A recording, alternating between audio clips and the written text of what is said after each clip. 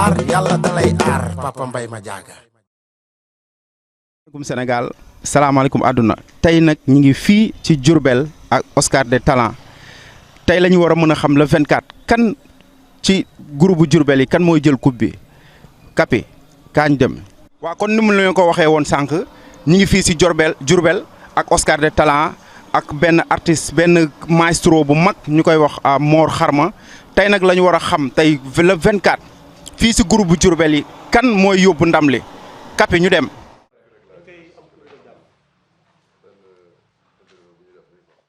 pour ñu waxtaan ci l'événement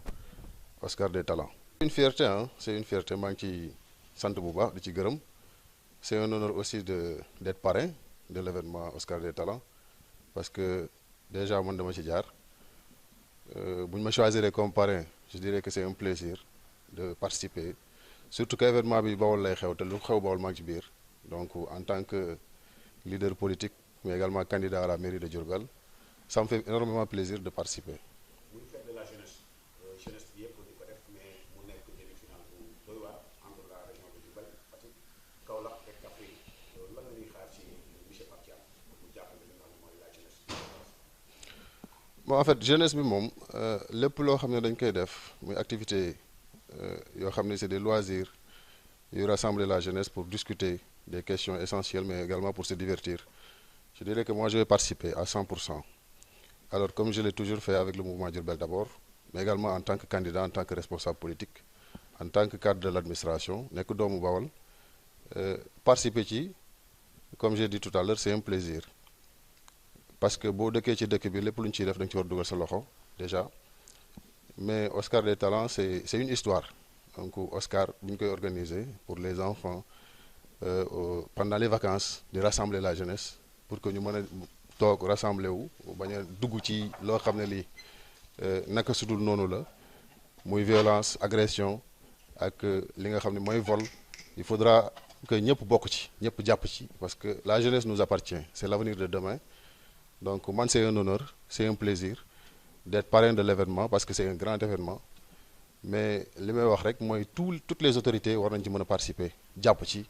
parce que ça nous appartient nous devons encadrer la jeunesse nous devons participer au cadre de vie mais également à l'épanouissement de toute la jeunesse donc man en tant que leader je suis fier en tant que Bawol doomu Bawol ma bokk ci li nga xam ne les parrains c'est des autorités que je salue au passage Moustapha Gueye ak le ministre Dame Diop donc nous sommes tous candidats pour le conseil départemental pour la mairie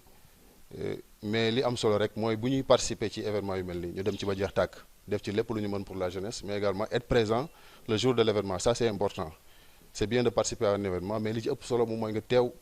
déglu le discours des enfants déglu la demande des enfants parce que la jeunesse d'aujourd'hui c'est l'avenir du Sénégal donc on doit les encadrer. En fait je rappelle juste que Oscar des vacances man participé naa ci alors en tant que jeune Oscar Kaolack j'ai participé à un événement on faisait la partie culture générale donc maa ngi nekkoon ci benn groupe nekkoon ci ñi nga xam ne dañu nekk ci membre culture générale alors on l'assurait mais c'était un événement pour se retrouver pour discuter pour fo kaf reetaan pendant les vacances alors Mor je le suivais depuis très longtemps muy nekk ci Pirates de Dieuppeul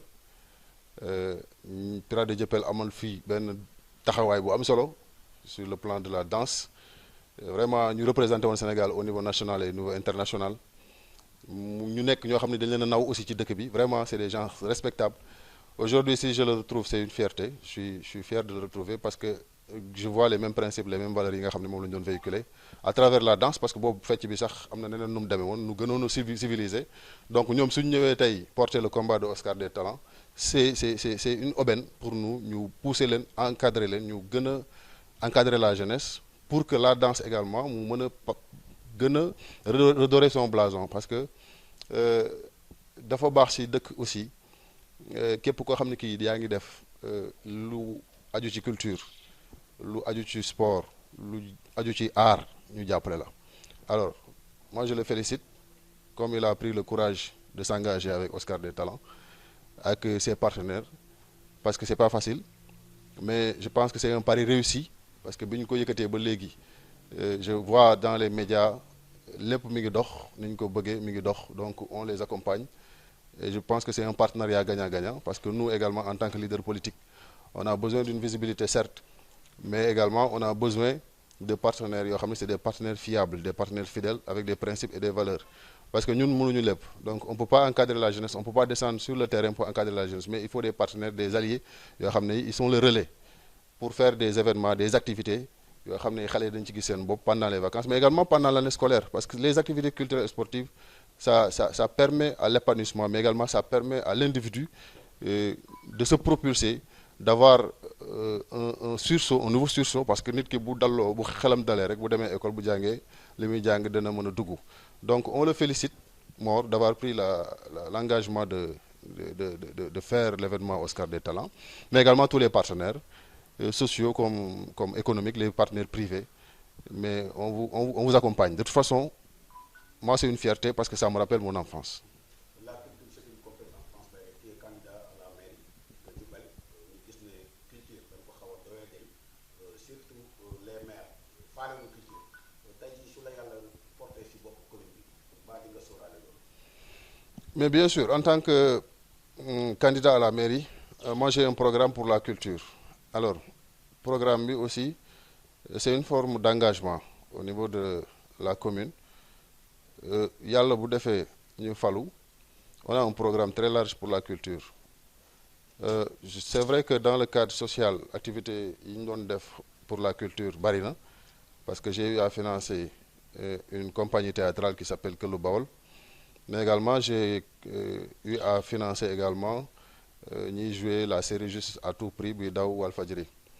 Alors même les autres artistes yi nga xam ne ñu ngi ci dëkk bi, on a de très bons rapports ñu ci mel ni Maysa Mboup, on doit les promouvoir, mais également ñeneen ñi nga xam ne c'est des jeunes artistes comme Asana Wali, ñoom ñëpp ils ont du talent comme également Las El Hadj bu dëkk Medina Toul, on doit les promouvoir. Alors moo tax ma ne suñu ñëwee ñun aussi il faudra encadrer ñi nekk ci secteur artistique. En quoi faisant? En créant un GIE Bawol événementiel. Le GIE Bawol événementiel, c'est une inspiration qui m'est venue à la tête. Donc, je pense que bu ñu ko tegee également mën nañu encadrer, mën nañu rassembler tous les artistes yi nekk Diourbel, mais ñu am benn objectif commun. C'est quoi? C'est de faire des événements chaque week-end. Mais le GIE sera formalisé. On va reconnaître, identifier tous les artistes qui en font partie. ñoom ñëpp loo xam ne lii liggéey nañ ko dans le cadre des activités culturelles artistiques ñoom retombées yoo xam ne dañ leen koy séddale mu nekk salaire wala mu nekk un revenu fixe chaque année. Ça va les permettre d'être autonomes, d'être indépendants, ba nga xam ne même bu ñu organiser ay concerts ay soirées dansantes, des dîners de gala du ñu am fragilité bay dem ci ministres yi wala députés yi wala bépp autorité bu nekk ci dëkk bi pour demander la soutien ou le parrainage. Parce que les parrainages, parfois je dis, moi je suis d'accord avec les parrainages, mais c'est une forme de subvention ou d'aide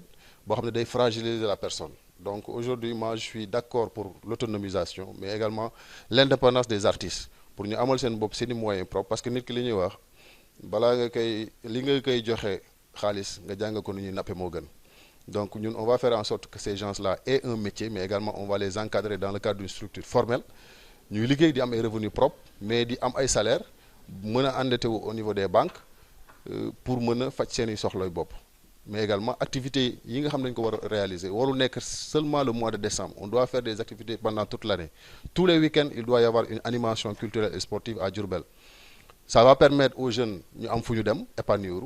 mais également dina am retombée économique au sein des ménages, mais dina am retombée économique et fiscale même au niveau de la commune. Donc ça c'est important. Ça permettra de canaliser la jeunesse, mais également ça permettra aussi d'avoir des retombées économiques, parce que la commune nous appartient, donc on doit encadrer tout le monde. Première question, un message, c'est un demi-finale, la première demi-finale, un message pour tous les participants, les 4 régions. Pour les participants, ce que je peux dire, moi, en fait, nous sommes tous japonais, ay doomu Sénégal lañ. C'est un jeu, c'est une compétition, parce que l'organisme concurrence de si baax dañ tànn les meilleurs, mais képp ku ci bokkul aussi ñu tànn la tànnuñ la pour nga nekk parmi les primés, ñu jàpp ne tu as fait ton devoir def nga li nga waroon a def tu as participé ci concours boo xam ni c'est d'envergure nationale. Alors li ci am solo mooy le divertissement mais se rassembler pour discuter pour partager ça c'est important ñu def ko ci fair play def ko également pour nouer des rapports présents mais des rapports futurs parce que àdduna yemul ci benn bés bu ñu xamante lu ne mën na ci juddu le même jour mais également dans l'avenir mën nañu war a partager lu bari et ça pourra continuer si seulement les gens reconnaissent que am na benn portée bu am solo ci jeunesse bi ça pourra continuer également su fekkee y a pas de frustration qu'on préserve tout le monde qu'on donne la considération à tout le monde parce que nous sommes tous des fils du Sénégal tout ce qu'on fait événement économique wala culturel artistique c'est dans le bon sens de faire aller les choses pour que nit ñi mën a bokk nekk benn nekk bokk ndey bokk baay. Alors je les lance un appel aussi de s'engager d'aller prendre leur carte électeur parce que ñoom ñooy fal. La commune vous appartient on ne doit pas choisir un maire pour vous la commune vous appartient ñi nekk Kolda ñi nekk Fatick ñi nekk Thiès ñi nekk Diourbel ñoom ñëpp ils sont appelés à aller voter choisir leur maire li koy faj nag moom mooy ñu dem jëli seen carte électeur préparez vous parce que c'est bien de s'amuser de faire des événements mais également de choisir l'homme politique boo xam ne bi c'est l'homme bon je dirais pas l'homme idéal parce que ça n'existe pas le parfait n'existe pas en chaque individu li am solo rek mooy nañu choisir le bon profil un bon programme politique sur la base de critères objectifs pas subjectifs mais nañu dem voter ji parce que ñoom ñooy l'avenir de demain donc en tout cas félicitations à tout le monde félicitations aux organisateurs mais bon courage et bonne continuation aux participants moi je serai de la partie parce que ce sont des frères des sœurs le Sénégal est indivisible nañu bokk ndey bokk baay faire appel à la non-violence lors de ces événements du mois de décembre mais également lors de la campagne la non-violence pour que le Sénégal aille mieux mais également se développe pour que les générations futures ñu gis ci seen bopp alors c'est un plaisir pour moi de vous recevoir maa ngi leen di sant di leen gërëm bu baax a baax di wax bonne continuation je suis avec vous aujourd'hui et pour demain. Via le ministère de la Culture pour que je parle à Paris pour les rencontrer, soutiennent Oscar des Talents. Donc c'est ainsi que j'étais parti à Paris pour parler d'Oscar des Talents. Donc ils ont accompagné Oscar des Talents à la deuxième édition. Malheureusement, pour la troisième édition, il y avait eu le problème de Covid. Donc toute la vie a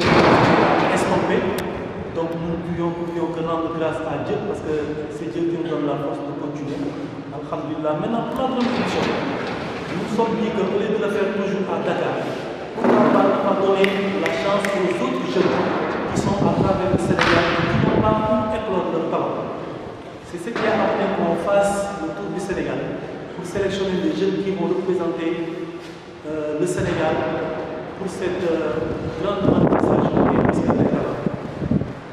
Ça a débuté le 19 juin, nous étions déjà à Sédhiou, puis à Ziguinchor. Maintenant, la troisième phase ici, ça sera à Diourbel le 24. En prélude de ça, nous sommes venus rencontrer les artistes, rencontrer les autorités, rencontrer Madame la directrice qui n'a aménagé aucun effort aussi.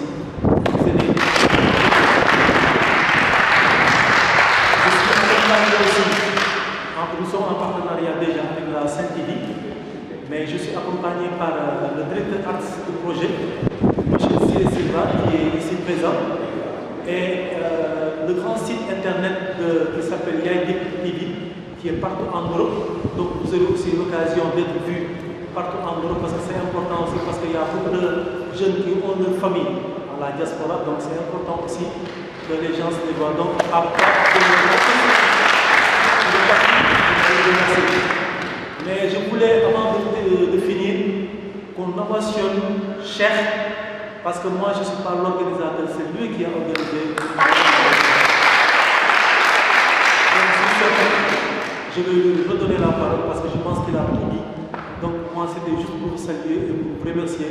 et vous donner rendez-vous, Inch'Allah, le 24.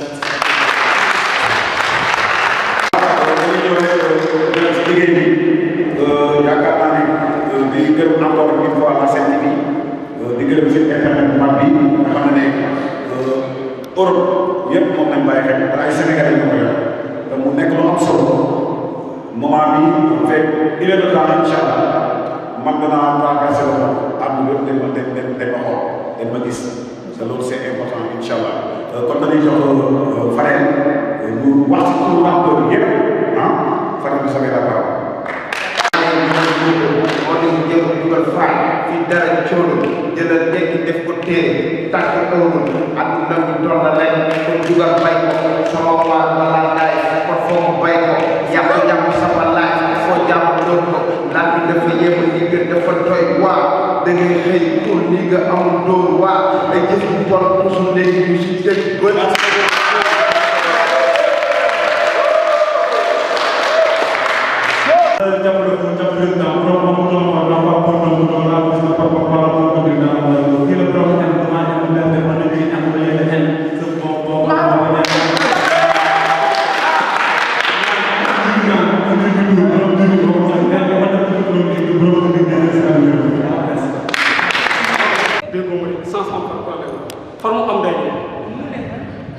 benn suur nag yàlla dimbale ko benn suur tamit yàlla dimbale ko mu am benn far nag ndeysaan mu génn waa ji 4 ans jigéen ñi ci jàpp conférence ma jàpp ne waa ji dafa tàkk benn suur nag waa ji ñëw damaa bëgg nga présenté ma sa yaay ak sa papa ak semaine prochaine dama lay takk quoi jigéen ci kontaan di ree bu ko yuut laa ko di ree ndax li la ko dama lay takk rek moo tax te mosu kaa dégg léegi nag ci farloolu bi waxtaanee ak gars yi bi ñoom ñaar ñuy waxtaan ñuy okala waaye dañ koy tàgg na ko daal semaine prochaine waaye dama lay takk jigéen da ngaa kott rek par dama la soxla di leen sant te di leen gërëm te di leen baalu bu baax a baax dara mën naa ni fii ci toog ñëpp man maa ci gën a doon daw te boobu léegi maa ngi bare ñii di kaf ci lee te man maa ci gën a doon daw di nuyu sunu kilifa yi nga xamante ni Pas public, jàkkaarloo kele. ñëw teewlu ñun tamit ñu doon ay ñoom ñu bàyyi seen lépp ñu ñëw teewal kon li yokk am na góorgóorlu ay li ma si wax bu bëri dama naan faje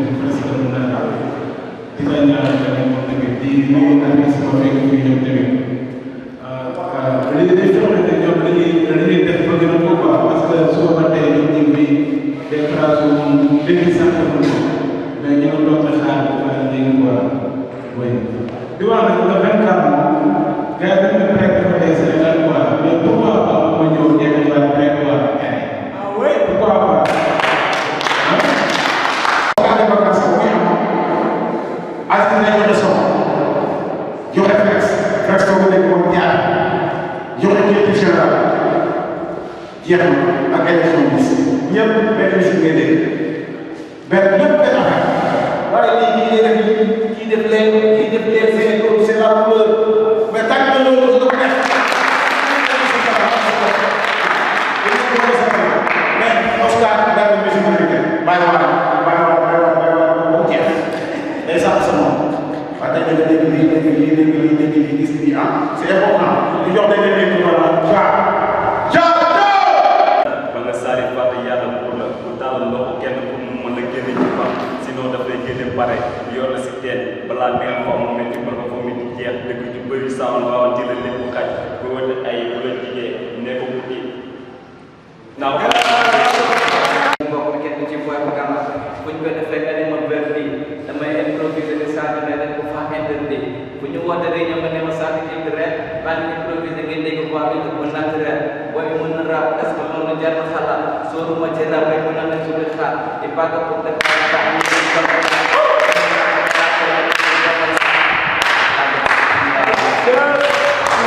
déjà ce message dal na xel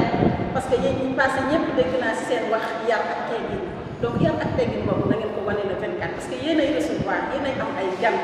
ñii ñëw nañu am image bu positif si yéen yéen ay recevoir donc du compétition ah c'est le Sénégal qui gagne c'est Diourbel qui gagne du moment que fii lañ defee compétition bi rek c'est énorme donc wane leen yar wane leen teggin ñu recevoir leen seen i gan en positif et puis voilà que le meilleur gagne aussi Cheikh bañ na sant mëta sargal aussi muy Ibrahima ay Ibrahima Diouf lañu il a passé toute sa vie jox donc kon tey bu fekkee yéen da ngeen di jug pour sargal ko vraiment delloo ngeen sa mboy nga xam ne ñuy wax vraiment choix bi nga def choix bu ko gën moo vraiment choix bi ngeen def choix bu ko gën c'est vrai que man dima ñëw fii il y a juste un an daanaka mën naa wax ne gentoon na sax mais dama ñëw ñu des wax macha allah dañ koy gis nii ñu ngeen koy gisee nii wejjee sew mais macha allah dama fekkale macha allah am lu ñuy wax mais sargal ngeen ko mat a sargal sargalu leen ko nag man ngeen sargal parce que sargal Ibrahima bi mooy sargal ma man kon moom jërëjëf Amadou Fall secteur de l'emploi ñu ngi lay xaar bu baax a baax comme ni ko doon defee saa su ne moom tamit ñu di ko jaajëfalaat bu baax a baax ñu ci en tout cas jege bi nga xamante ne nii jege na ko askan bi mais jege na ko aussi le monde de la culture chef bi lay jaajëfalaat bu baax moo tax na on se donne rendez-vous le 24 ce sera quand même du show to show. asalaamaaleykum Sénégal asalaamaaleykum àdduna tey nag ñu ngi fii ci Diourbel demi-finalu Oscar des talents ci ak madame Yacine Ngom moo nekk directrice su centre culturel bu Diourbel toog ak Mor Xarma initiative Mor mi nga xam ne moo initié Oscar bi Mor ñu ngi lay siyaar. mais mon frère mais delloo ziar mais noo def ba ñëw fii Diourbel da nga tëb wala da nga jéggi. non dafa am noo def ma ñëw parce que dañuy préparation demi-finale bu doy waar Mor lan moo waral ñëw bi fii Diourbel préparation su demi-finale bi te le 24 la war a nekk lan moo waral loolu. mais déjà di leen remercier yéen yaay Dip TV fii nag mooy Bawol Oscar des talents nag dafay wër ci Sénégal yi pour xool. fépp fu talent nekk en chant en danse en rap bépp talent dawal 5 sax ci talent la donc defoon nañ ko Sédhiou dem nañ Ziguinchor tey nag ñu ngi fii Diourbel ñu nar ko def le 24 ñu tase fi nag madame la directrice dalal ñu tase ak artistes yëpp ñuy préparer le 24 pour nga xam ne nag ñu xool kan mooy représenter Diourbel ci Oscar des talents bi ñu nar a def finale bi Dakar International. ba léegi bu leen fàtte di abonné ci yaay Dip TV ñi ngi ci émission bu mag bi mais émission bu mag bi ñuy wax ci aar tey dañ fi ñëw fii ci Diourbel ñu ànd ak Mor Xarma mi nga xam ne ñu ngi toog ak nag madame Yacine Ngom boo xam ne Yacine Ngom moom mooy directrice su fii centre culturel français bu Diourbel soxna si ñu ngi lay ziar. ñoo ngi delloo ziar bu baax a baax. mbaa yaa ngi am jàmm. ñu ngi am jàmm macha allah. ñu ngi kontaan tey loo xam ci indi bi ñu indi fii ci. centre culturel français bi ci préparation demi-finale Oscar des talents yow lan nga ci wax ak noo koy préparé. waaw mbégte la parce que Mor Xarma dafa def loo xamante ne nii lu rëy la muy décentraliser parce que xam nga mënoon na di yemale lépp Dakar mais defu ko dafa ne damay génn dem ci région yi xooli talent ya fa nekk xale yi nga xamante ne nii mën nañu way wala mën nañu fecc wala mën nañu def leneet ak leneet lépp jëm ci culture te xëy na amuñu chance bu ñu wanee seen bopp mu ñëw nag may leen chance kon loolu nit bu ko defee muy initiative bu mag a mag a mag muy projet un grand projet loolu quand même c'est à saluer donc loolu ñu ngi ko ci jaajëfal bu baax a baax parce que defalu ko boppam ñun ñi nga xamante ne nii ci wàllu culture la ñuy yëngatu ñun la ko defal kon vraiment loolu événement la mais le 24 moom nañ wax ne bay boo ngeen xam ne du yomb parce que culture quand même dafa fekk baax Bawol c'est vrai que bu ñu nee Bawol ñu bari diine bi la ñuy gën a xalaat mais effectivement daf fi am parce que Bawol dafa nekk dëkk boo xamante ni dëkk bu yéeme la parce que ni fi diine amee noonu la fi culture amee te ku nekk xam na ne diine ak culture dañoo lëkkaloo kenn mënta dem bàyyi moroomam. kon nag le 24 du yomb incha allah. mais bëgg nañ xam tuuti centre culturel bi fii si Diourbel nan lay doxee ci Diourbel. waaw centre culturel bi xam nga c'est un service technique c'est un service li ñuy wax décentralisé du ministère de la culture et de la communication donc région boo dem am na fa donc ñun ay représentants ministère de la culture lañu nekk fi nag di liggéey en tout cas pour le développement culturel de la région mais ku ci ne da ngay xool say spécificité foofu ngay appuyer wu pour mën a doxal li nga xamante ni en tout cas dérouler li ñuy wax la politique culturelle de l'État du Sénégal la politique culturelle du ministère de la culture et je crois que ñun loolu lañ nekk di def liggéey bu yaatu la nag liggéey bi nga xamante ni la li mu ëmb dafa bari parce que bu ñu nee culture la culture elle est transversale nous on est partout on travaille avec il y a l'éducation il y a l'environnement il y a le social il y a la santé il y a un peu de tout donc on est en train en tout cas de poser des actes concrets pour quand même booster le développement culturel de la région de Diourbel. Voilà. waaw léegi looy tàggatoo ak looy wax ñi nga xamee ne ñooy def concours bi en fair play bi nga leen di loo leen di conseiller jeunes yi quoi. jeunes yi man dama koy faral di wax damay faral di wax man du ma liggéeyandoo xale bu yaradiku parce que xale booy liggéey da ngay jiital yar c'est le plus important donc man li ma leen di ñaax mooy li ñuy def nii ñu ànd seeg yar parce que ki koy def initiateur du projet bi loolu la woote yar la woote teggin la woote kon xale yi nañ ñëw ak fair play xam ne ñoom ñooy recevoir kuy recevoir nag gan moom dafa am noo koy tertoo kuy recevoir da ngay ñëw ak dignité ak yar ak teggin recevoir ay say gan def ko ci fair play et que le meilleur gagne donc loolu laa leen di suggérer loolu laa leen di conseiller également. waaw merci madame la directrice Yacine Ngom ñi ngi kontaan di la wax ni ñi ngi ñaan yàlla liggéey bi jëm ci kanam waaw mais chaque jour Kapi ñi ngi ci émission wax ci art ñu ñëw fii Diourbel di préparer demi-finale Oscar des talents bi ñu ngi toog ak nag ki nga xam ne loolu kenn du ko naataabal ci maestro bi ci du art ci lim ci def ci art ci ay jéego loolu kenn du ko wax bu ñu nee Mor Xarma bu pirate rek sa xel day dem ci lu bari Missa Mor Baye Fall bi taalibe Serigne Bamba bi siyaar nañ la di la wax nit xalaat bi Oscar des talents xalaat bi dafa ci yow la jógee wala ci keneen la jógee nan la parce que xam nañ ni tout le temps li la aar defal yaa ngi ko koy delloo xalaat bi fu mu jógee ak inspiration bi. ñun moom dañu yàlla dafa def ñu bokk ci art nekk ci art commencé nag ci Oscar des vacances moo tax dañuy profiter ci occasion pour remercier grand Aziz Sam parce que bokk na ci li ñu initié ci lu bari parce que tamit nit su lekkee lëg su lekkee alom na ko gërëmee coy mais nag yàlla dimbali nañ tamit ñu am benn jàng ba pare yàlla dimbali ñu wër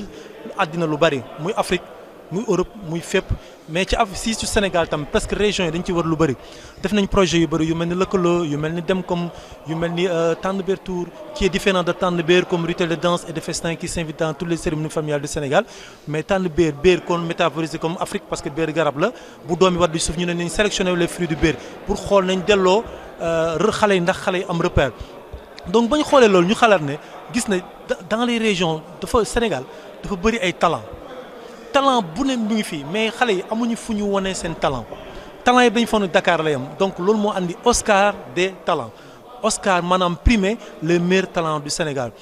profitoo nag ci occasion loolu di leen mën a jàngalaale àddina di leen xamal parce que ci xale ngay mën a parce que da ngay xool tey lu ci bari ñoom dañ koy xam ci àddina à travers li ñuy def nii parce que dañ ciy jàng yar dañ ciy jàng non violence dañ ci jàng aada ak cosaan dañ ci jàng nan la ñuy def sax ma nga xam ne nan la ñu war a mën a respecter nit ak nan la ñu mën a joxe cër mag donc loolu yëpp ci aar la donc aar dafa am loo xam ne da koy def ci askan loo xam ne da koy def ci nit loo xam ne da koy def ci la personne en général. mais bëgg nañ xam nga émission bi déjà wax ci aar te yow aar yow boo ci waxee rek yow aar livre la ci yow. dafa mel ni yow da nga ko bind. comprendre nga léegi yow looy conseiller jeunesse bi nga xam ne ñoo nekk ci art bi te war ko jëmale kanam te yéen te yow da nga bokk ci ñi leen di pousse yow ban conseil ngay def pour art bi mën a dox ay jéego comme yéen ni ngeen ko defoon doxal ko da ngeen ko doxaloon ay jéego mais mën leen wax ni ñoom ñooy wax ni art bi am na lu mu sooxee yow lan nga ban conseil nga leen di mën a jox Mor pour art bi mën a dem ci kanam. dëgg la man li ma leen njëkk wax mooy bu kenn négliger jàngam parce que dañ toll ci monde boo xam ni soo jàngul day xaw a compliqué tuuti bu kenn négliger jàngam mais bul tox bul naan sàngara bul sàcc respecter say répétition art nag dafa yombul yoon bu sori la pour réussir parce que da ngay xool ci maanaam ci 1 million d'artistes da ngay wax ne soo compté da nga naan benn 50aine d'artistes ñoo réussir mais soo xoolee 50aine d'artistes yooyu daa am fu ñu teg seen bët gëm ko muy metti ñu koy muñ ñuy góorgóorlu moo tax ñu toll foofu noonu donc art yoon bu metti la mais yoon bu bëri xam-xam la mais yoon bu mën a andi ay lu buntu yu bëri la voilà. léegi dañu la bëgg a wax projet yi actuellement nii parce que final bi dañuy def le 13 mars ñëwagul mais dañuy wër Sénégal fu mu toll nii def nañ Sédhiou def nañ Ziguinchor ñu ñëw Diourbel après nag si dañuy dem yeneen région yëpp après dajaleen nag au Sénégal à Dakar du moins pour def final international yi nga xam dafa am yeneen dëkk yu mel ni Canada yu mel ni France yu mel ni Belgique boole leen ak suñu doom yi ñu àndandoo pour fexe ba seen talent dem sur le plan international pour mën a jaay seen talent. waaw comme li ñuy wax rek émission wax ci art xam nga ni kii kon mi ngi doxal art. li mu def nii tey bu amoon yeneen benn 5 personnes bu def ni moom rek art day gën a dox ci jéego yi léegi projet yi Mor actuellement nii lan la projet yi li nekk ci kanam. waaw Oscar des talents déjà mais ñu ngi def beneen bu tudd Décide-moi ta vie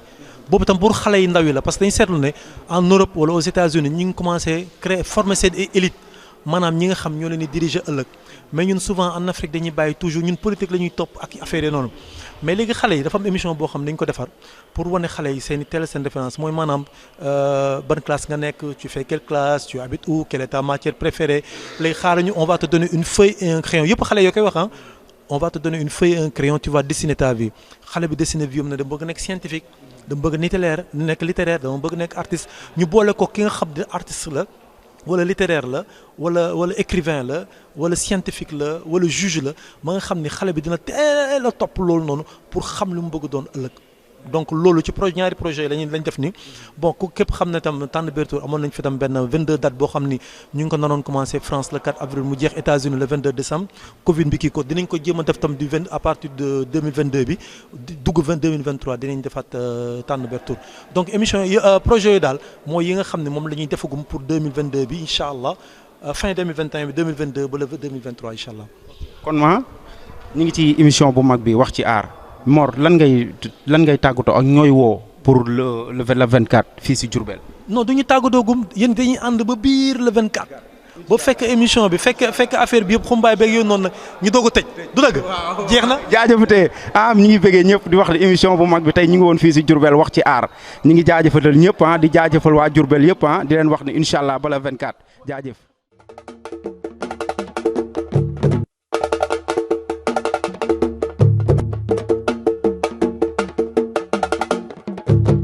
yaay Dip TV dikk na gis télé bi nga xam ne ñun artistes yi rek ñoo ko tax a jug fu ñu fekk wane ñu li ñuy def interview Diène Sagna